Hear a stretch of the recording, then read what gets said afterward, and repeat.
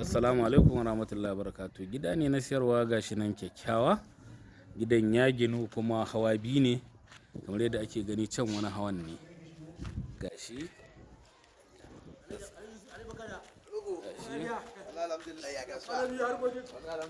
Shi can da fitilu ne gashi, yan tafi ɗauko ta gashi. Masha Allah tabarakallah. Can fa gashi, can fa duk fitilu ne fa a saman can fa gaskiya. Yana nan Kuntau Old Airport. Amma ka gani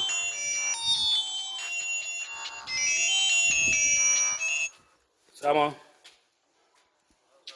ya ibada. Na'am,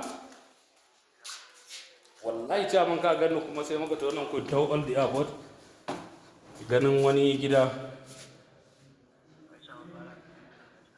Wallahi caman kwastomomi ne suka zo muke nuna musu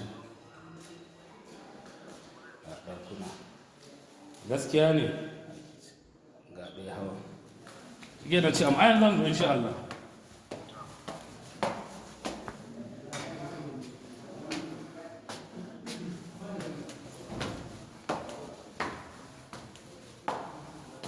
Hawa na ɗaya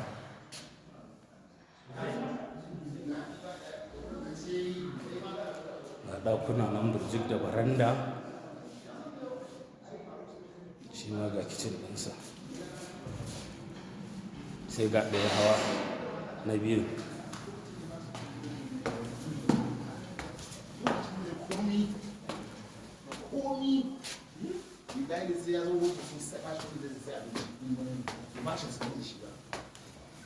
Bai da mota abokinsa kamar wannan ya ɗauki mota sai ce yi ta hawa har ka samu kuɗi ka sai kaka ya zama shi wa mista shi fara ne gaskiya ne da kyau to kai ka samu kuɗi a kai shi ka shigo na akwai wani ɗan kwana alƙali bello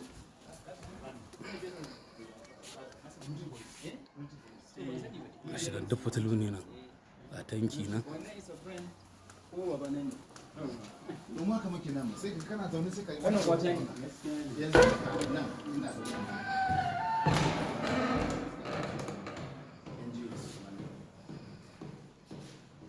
An yi bidiyon kaɗan.